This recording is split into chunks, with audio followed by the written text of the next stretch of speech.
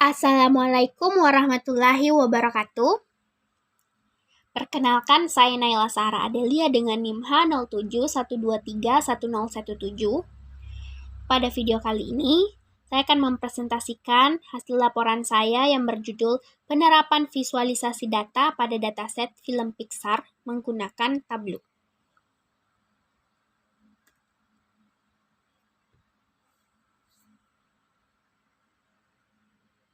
Nah, yang pertama itu latar belakang dari laporan saya ini. Mungkin kita semua mengenal Pixar studio animasi legendaris di balik film-film seperti Toy Story, Finding Nemo, dan Inside Out.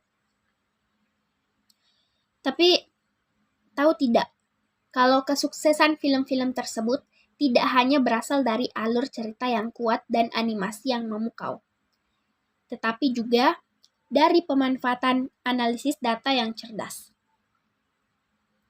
Di era digital saat ini, data telah menjadi kunci utama dalam pengambilan keputusan. Melalui Tableau, data yang kompleks seperti anggaran produksi, rating penonton, hingga pendapatan box office dapat divisualisasikan secara interaktif dan mudah dipahami. Nah, selanjutnya ada tujuan. Tujuan yang pertama, di sini ada menjelaskan cara kerja teknik filtering dan sorting data dalam Tableau sebagai dasar dari proses penyederhanaan informasi.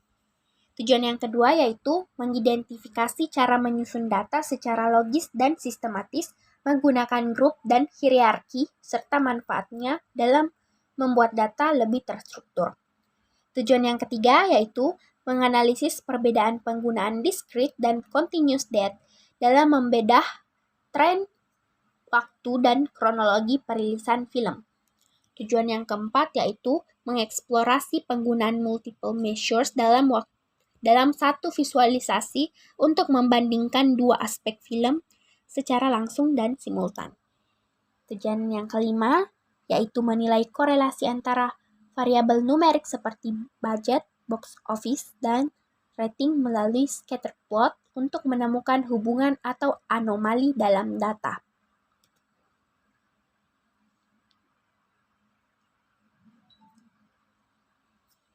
Nah, selanjutnya kita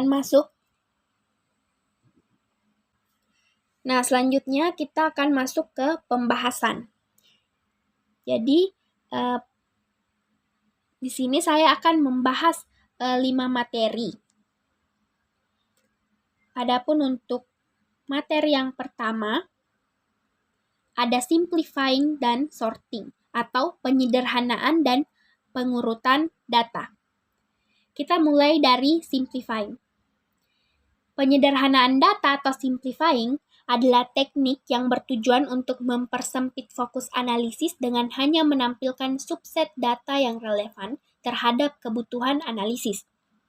Dalam konteks visualisasi data menggunakan Tableau, teknik ini sangat berguna untuk mengurangi kerumitan data, menyaring informasi yang tidak dibutuhkan, serta meningkatkan kejelasan dalam penyajian data. Dengan menyederhanakan data, pengguna dapat mengeksplorasi dan menggali insight lebih dalam terhadap pola atau tren yang mungkin tersembunyi di balik kumpulan data besar. Penyederhanaan ini biasanya dilakukan melalui filtering, baik berdasarkan nilai numerik, kategori, maupun waktu. Nah, untuk lebih jelasnya saya akan membahas ketiga jenis dari filtering ini. Nah, yang pertama di sini ada filter numerik atau measure.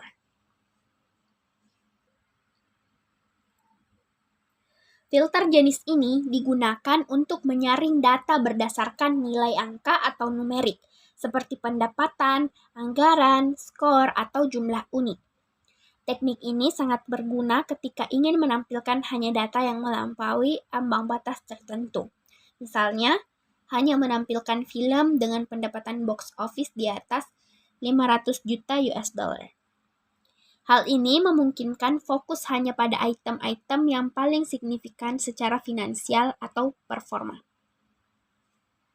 Nah, yang kedua yaitu filter kategori atau dimension.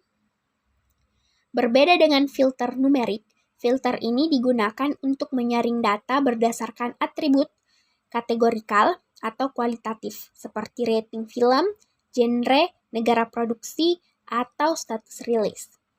Filter berdasarkan dimensi memungkinkan analisis terfokus pada satu atau beberapa kategori spesifik, sehingga dapat mengevaluasi performa atau karakteristik kelompok data tertentu.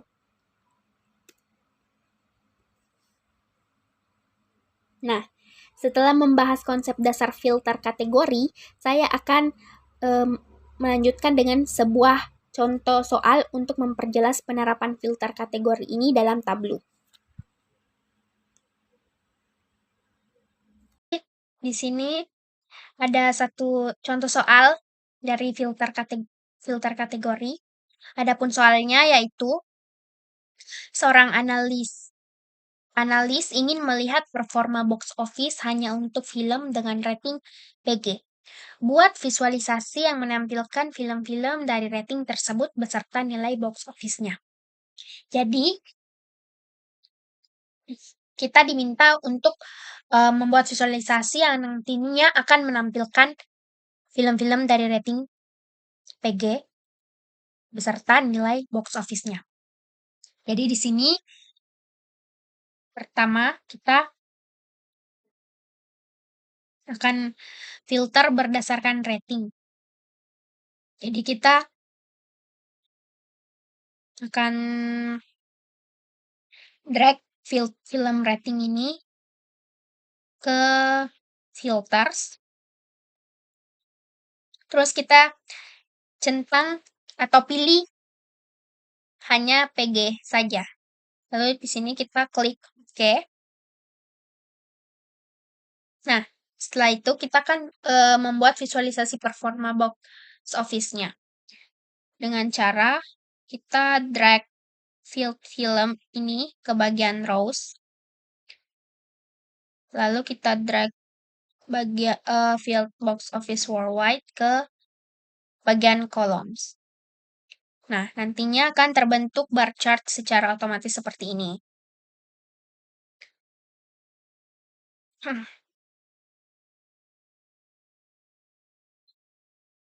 Nah, ini dia untuk jawaban dari contoh soal dari materi filter kategori. Nah, ini opsional, tapi jika kita mau urutkan dari pendapatan tertinggi ke terendah, kita bisa klik icon sort descending yang ada di atas ini. Atau di toolbar untuk melihat film dengan box office tertinggi di atas.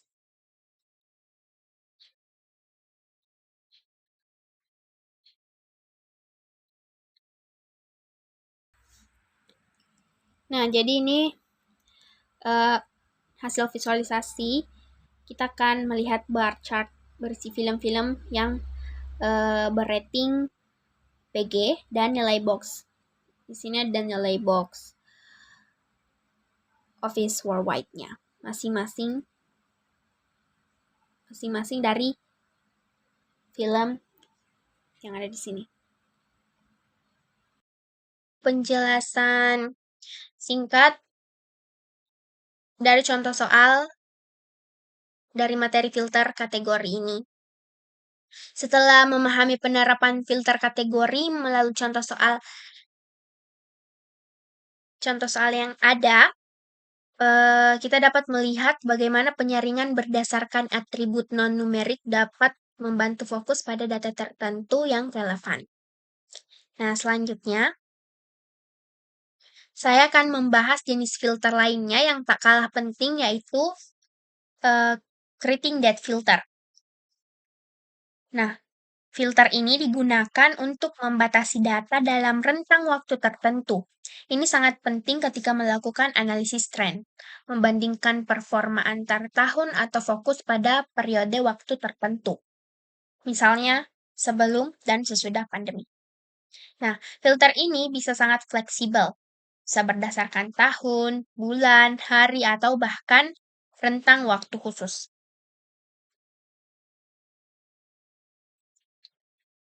Nah, selanjutnya masih tentang materi simplifying and sorting. Yang kedua ini yang akan kita bahas yaitu sorting atau pengurutan data. Sorting atau pengurutan data adalah teknik penting dalam visualisasi dan analisis data yang digunakan untuk menyusun data berdasarkan nilai tertentu. Dengan mengurutkan data, kita dapat dengan cepat mengidentifikasi tren, outlier, dan insight penting lainnya dalam dataset. Dalam konteks Tableau, sorting dapat dilakukan secara otomatis menggunakan icon maupun secara manual berdasarkan field tertentu.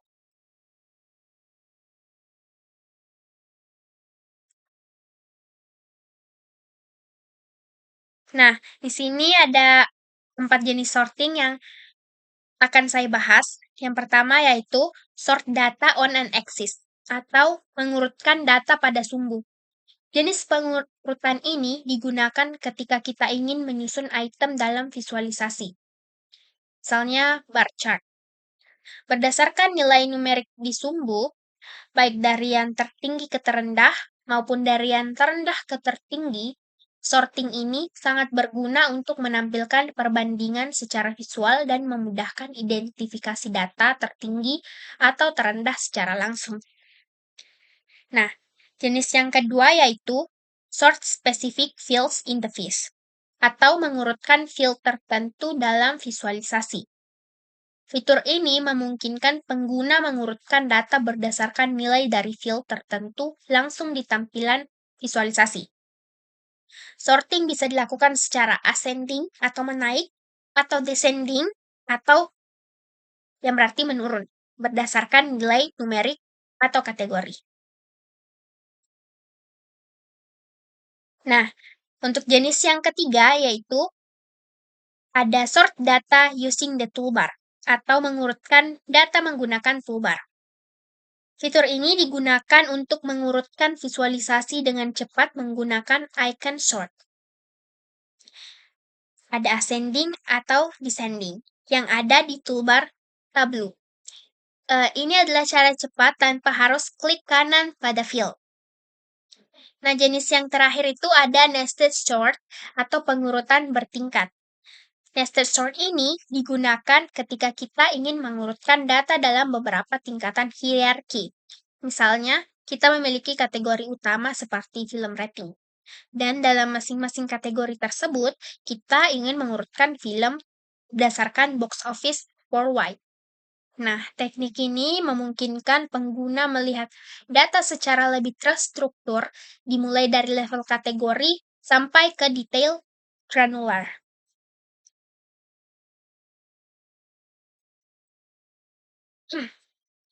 Nah, setelah memahami konsep dasar pengurutan data, termasuk bagaimana sorting bekerja dalam Tableau, sekarang saya akan menunjukkan salah satu contoh penerapannya secara langsung. Adapun contoh yang akan saya bahas adalah contoh untuk materi nested sort. Jadi di sini adapun soalnya yaitu urutkan film berdasarkan film rating dari G ke PG. Lalu berdasarkan box office worldwide dari yang tertinggi ke terendah. Nah, jadi di sini saya akan menjelaskan untuk cara penyelesaian dari contoh soal yang tadi. Jadi di sini kita akan menampilkan sini kita drag terlebih dahulu film rating ke rows dan kita drag juga field film ke rows juga. Nah, jadi seperti ini. Lalu untuk di bagian kolom kita akan drag field box office worldwide ke sini. Nah, secara default Nanti Tableau akan menampilkan film yang diurutkan secara alfabetis seperti ini di dalam masing-masing rating. Nah, selanjutnya di sini kita klik drop down menu di bagian film yang ada pada row. Terus kita pilih sort. Nah, lalu di sini sort by kita pilih yang field. Lalu di sini kita pilih descending dan untuk field name-nya kita pilih box office worldwide sebagai referensinya. Nah, setelah itu Tableau akan mengurutkan film dalam setiap kategori rating berdasarkan pendapatan box office dari yang tertinggi ke terendah.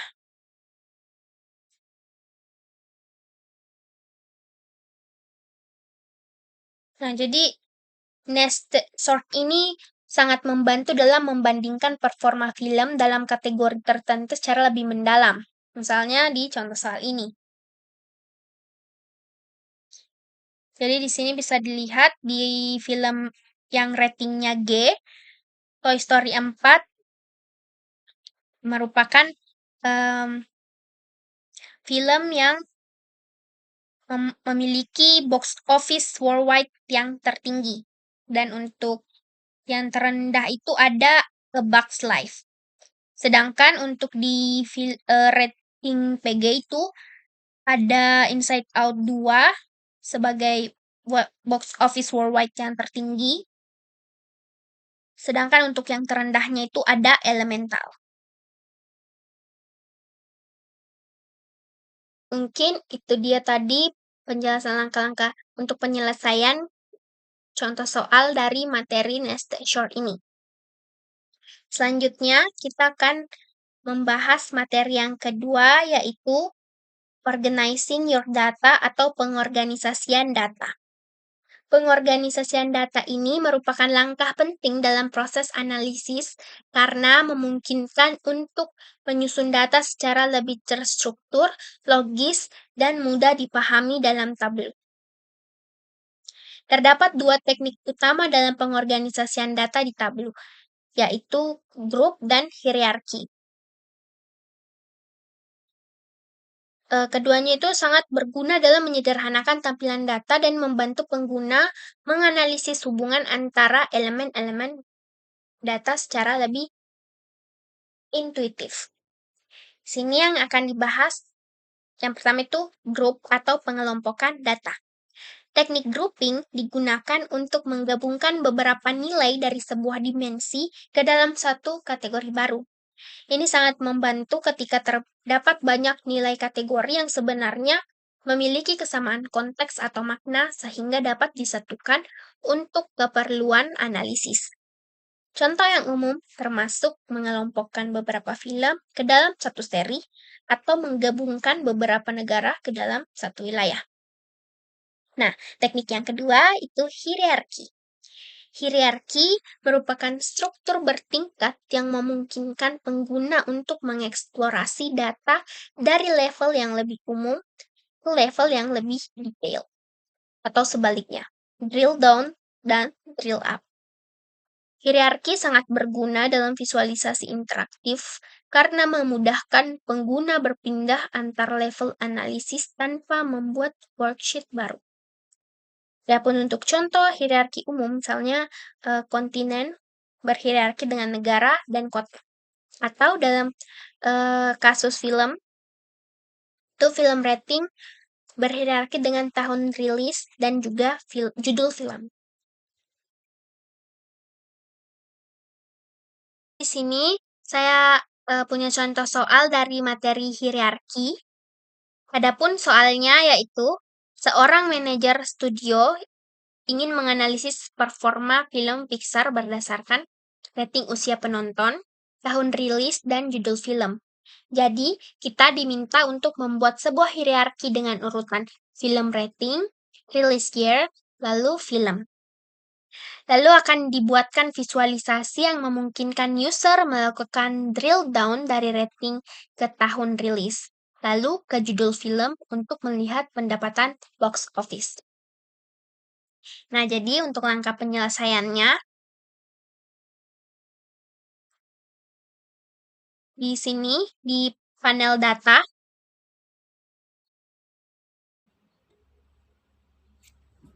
tunggu sebentar. Nah, jadi di bagian panel data ini, kita drag release year ke atas film rating. Nah, nanti dia otomatis akan seperti ini, create hierarchy. Jadi di sini kita ubah namanya. Di sini kita gunakan nama film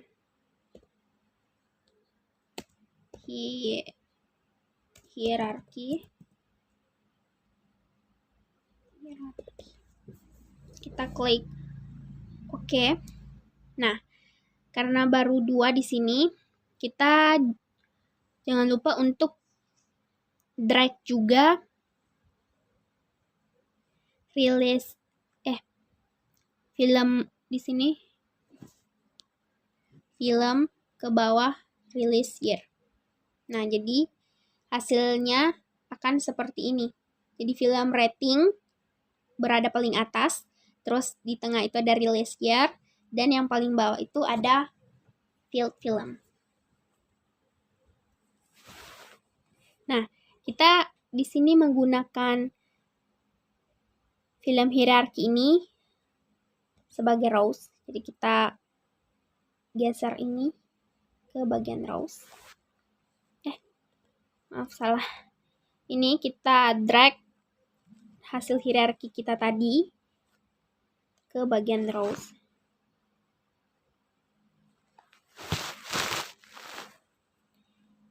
Lalu kita drag juga field box office worldwide ini ke bagian kolom. Nah, di sini kalau kalian lihat ada icon plus di hierarki. Di sini untuk ngedrill down dari rating ke tahun lalu ke film. Jadi kita tekan icon plus ini. Nah, nanti dia akan muncul seperti ini. Lalu di release year ini untuk memunculkan field film, kita tekan icon plus yang ada di field release year. Nah, jadi hasilnya akan seperti ini. Nah, untuk memperjelas visual dari film rating berdasarkan film ratingnya, jadi kita di sini menambahkan warna. Jadi kita drag film rating ke bagian Mars card ini, lalu kita masukkan ke bagian color. Nah, hasilnya kan seperti ini. Di sini ada untuk deskripsinya, warna biru itu untuk film yang ratingnya G, sedangkan untuk yang warna orange itu film yang ratingnya PG.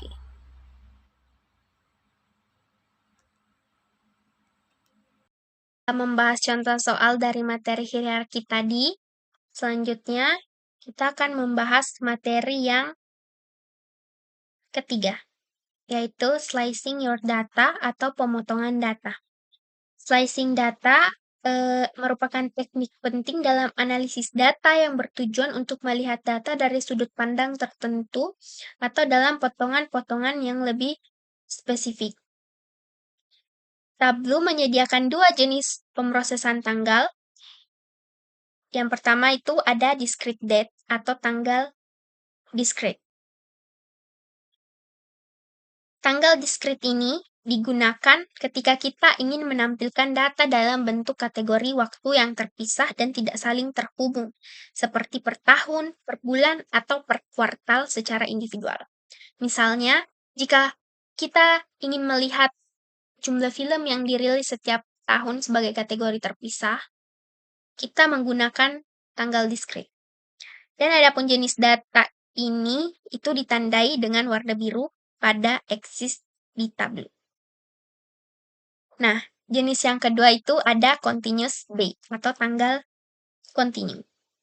Tanggal kontinu ini digunakan saat kita ingin melihat perubahan nilai dari waktu ke waktu secara berkelanjutan, tanpa memisahkan waktu menjadi kategori yang kaku.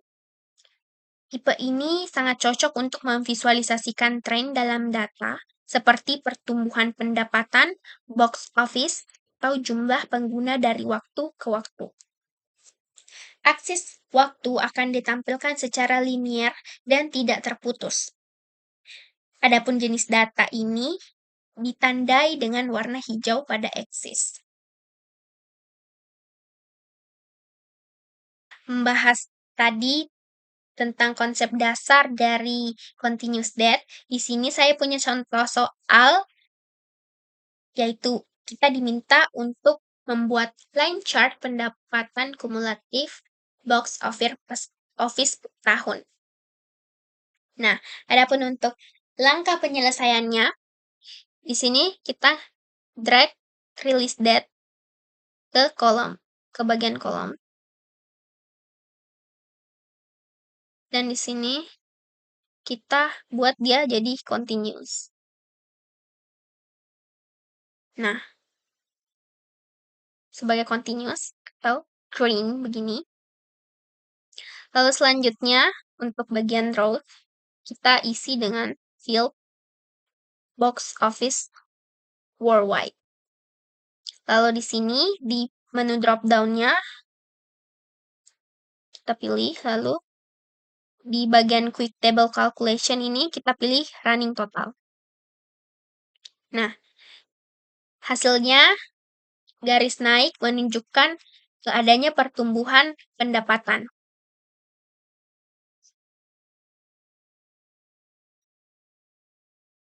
Dia tadi cara penyelesaian dari contoh soal materi continuous date. Selanjutnya, kita akan membahas materi multiple measures on a view atau visualisasi multimetrik. Nah, dalam analisis data menggunakan Tableau, sering sekali kita ingin membandingkan dua atau lebih metrik dalam satu visualisasi agar hubungan antar metrik itu bisa terlihat secara langsung dan intuitif. Tableau menyediakan beberapa cara untuk melakukan hal itu, termasuk combine axis chart dan dual axis chart. Kedua metode ini sangat membantu ketika kita ingin menganalisis korelasi, perbandingan, atau tren antara metrik yang berbeda dalam satu tampilan. Jadi di sini pertama saya akan bahas tentang combine axis chart terlebih dahulu. Combine axis chart digunakan ketika dua atau lebih metrik memiliki skala yang sebanding dan kita ingin menampilkannya dalam satu sumbu yang sama untuk mempermudah perbandingan langsung. Dalam jenis chart ini, semua metrik akan digabung ke satu aksis atau sumbu dan tampil dalam bentuk bar atau garis secara berdekatan. Nah, sedangkan untuk dual axis chart digunakan ketika dua metrik memiliki skala yang sangat berbeda. Misalnya, itu budget dalam juta dolar dan skor IMDb dalam skala 1-10. Nah, sehingga menampilkan keduanya pada sumbu yang sama bisa menyesatkan atau tidak informatif. Makanya dengan dual axis, kita bisa membuat satu metrik menggunakan bar chart dan metrik lainnya dalam membentuk line chart di atasnya, memungkinkan perbandingan visual yang lebih dinamis.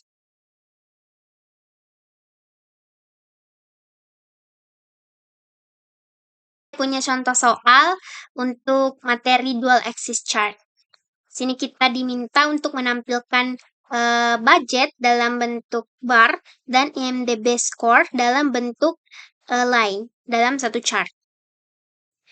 Jadi, untuk menampilkan dua metrik ini, kita bisa, yang pertama kita drag film ke bagian rows. Selanjutnya kita drag field budget ke bagian kolom.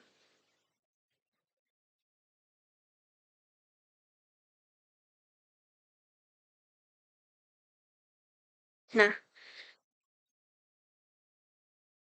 lalu selanjutnya kita drag IMDb score ke bagian kolom. Seperti ini. Nah, sekarang akan muncul dua grafik yang berdampingan seperti ini. Di sini kita klik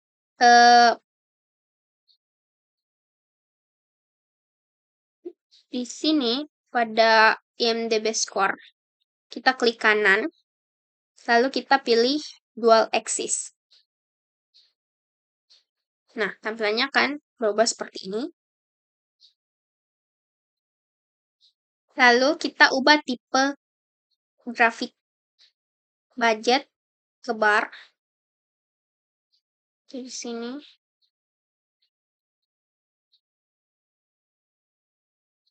Maaf. Di sini kita bisa pilih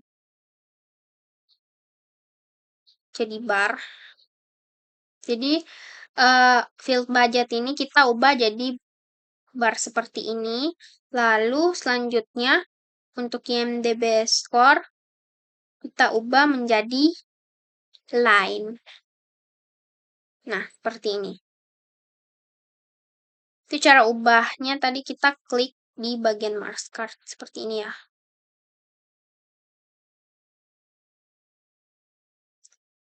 Nah, di sini ada untuk keterangan warna.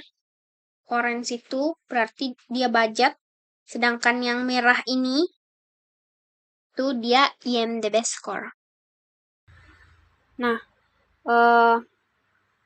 grafik ini, nah hasilnya tuh seperti ini, akan seperti ini ya. Grafik ini bisa bantu kita untuk melihat apakah film dengan budget besar juga mendapatkan rating tinggi dari penonton. Nah, ini budgetnya, terus ini untuk IMDb-nya.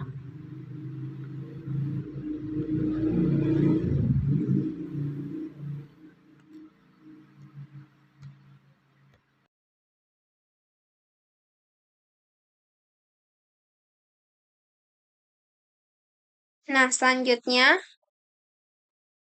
ini tadi yang contoh soal dari dual axis. Dan adapun jawabannya itu seperti ini.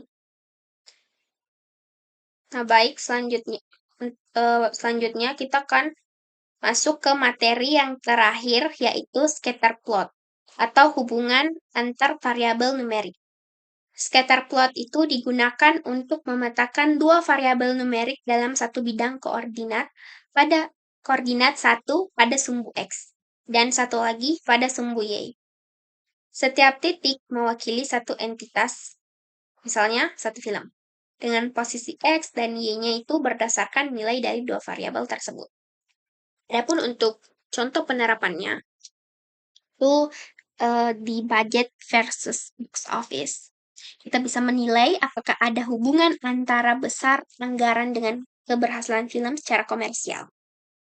Penerapan kedua itu di IMDb score versus Rotten Tomatoes, di mana kita bisa mengidentifikasi apakah skor dari dua platform ulasan memiliki hubungan kuat atau lemah. Nah, scatter plot ini juga membantu mengungkap tren tersembunyi, outlier, dan distribusi data secara keseluruhan. Nah, di sini saya punya contoh soal mengenai scatter plot.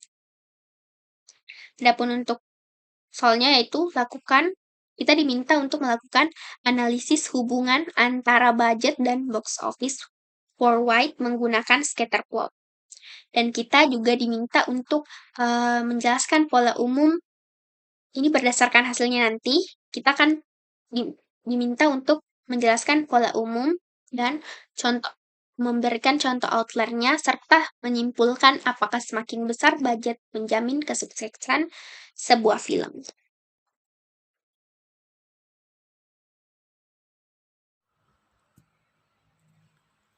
Nah, jadi untuk menyelesaikan soal yang ini, sini kita akan membuat scatter plot untuk lihat hubungan antar budget dan box office dengan cara kita drag budget ke bagian kolom seperti ini. Lalu kita drag box office worldwide ke bagian rows. Nah, seperti ini. Lalu selanjutnya kita drag film ini ke bagian detail yang ada di Mars card. Nah, lalu akan muncul chart seperti ini, chart scatter plot. Nah, untuk menambahkan detail gitu tanpa harus hover tiap bulatannya ini, kita bisa drag film ke Mars card terus di bagian label. Nah, nanti akan muncul untuk setiap nama film tanpa harus hover kursor sini.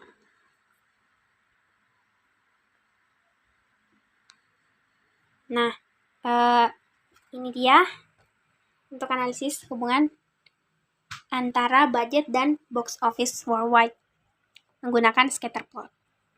Nah, adapun untuk hasil analisisnya, untuk pola umumnya itu di sini scatter plot menunjukkan adanya hubungan positif antara budget dan box office worldwide, di mana film dengan budget tinggi itu cenderung menghasilkan pendapatan lebih besar juga. Namun di sini bisa dilihat sebaran titik-titik data menunjukkan bahwa hubungan ini tidak selalu linear atau mutlak. Nah, adapun untuk contoh outlier-nya, sini untuk outlier positif ada Inside Out 2. Dia menonjol sebagai outlier positif. Walaupun meskipun memiliki Inside Out 2 ini memiliki budget yang tidak jauh lebih tinggi dibanding film lainnya, yaitu sekitar 200 juta US dollar. Tetapi film ini berhasil menghasilkan pendapatan mendekati 1,8 miliar US dollar. Jauh di atas film-film dengan budget serupa. Sedangkan untuk contoh untuk outlier negatifnya itu, di sini ada Lightyear dengan budget besar, yaitu sekitar 200 US dollar. Film ini itu cuma mampu menghasilkan pendapatan global yang jauh lebih rendah dibanding film lain dengan budget yang hampir sama. Yang dimana ini menunjukkan kegagalan relatif di pasar. Adapun untuk kesimpulan dari contoh soal yang ini, contoh soal dari materi scatter plot ini, yang dimana pertanyaannya apakah semakin besar budget menjamin kesuksesan sebuah film?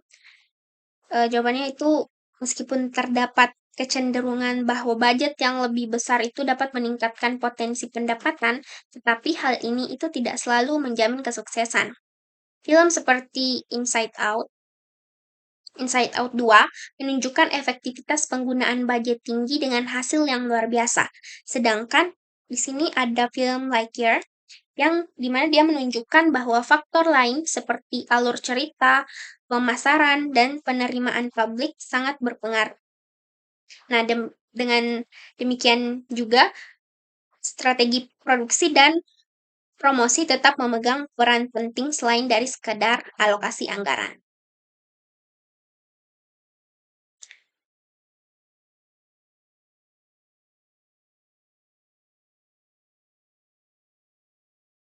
Nah, itu dia tadi pemaparan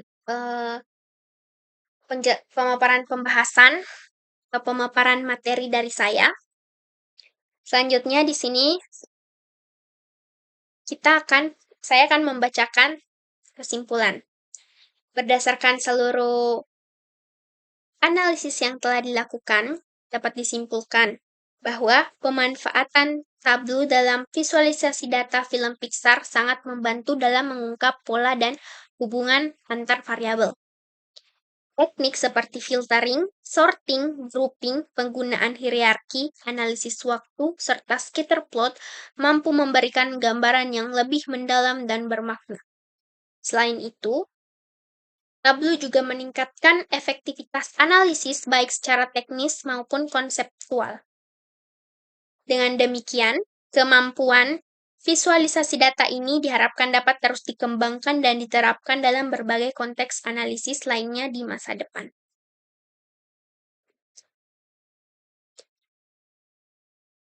Baik, itu dia tadi pemaparan materi dari saya. Untuk lebih dan kurangnya mohon dimaafkan. Wassalamualaikum warahmatullahi wabarakatuh.